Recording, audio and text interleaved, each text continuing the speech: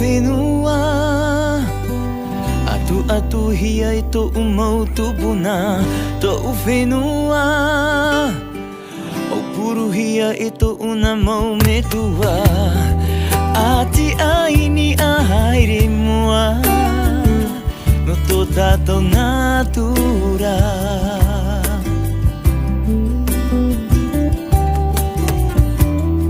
Ati aini a haere mua No tō tātou whenua Ere o te ie No te whaaite I te rawe ino A tō te one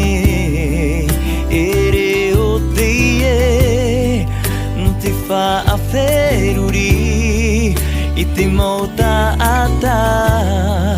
No tō te Cette création a été confectionnée par Mademoiselle Théoroa. Tō whenua I ananahi no te mautama Tō whenua Te ura mono te o tātoa Tō whenua Te ananahi no te mautama Tō whenua Te ura mono te o tātoa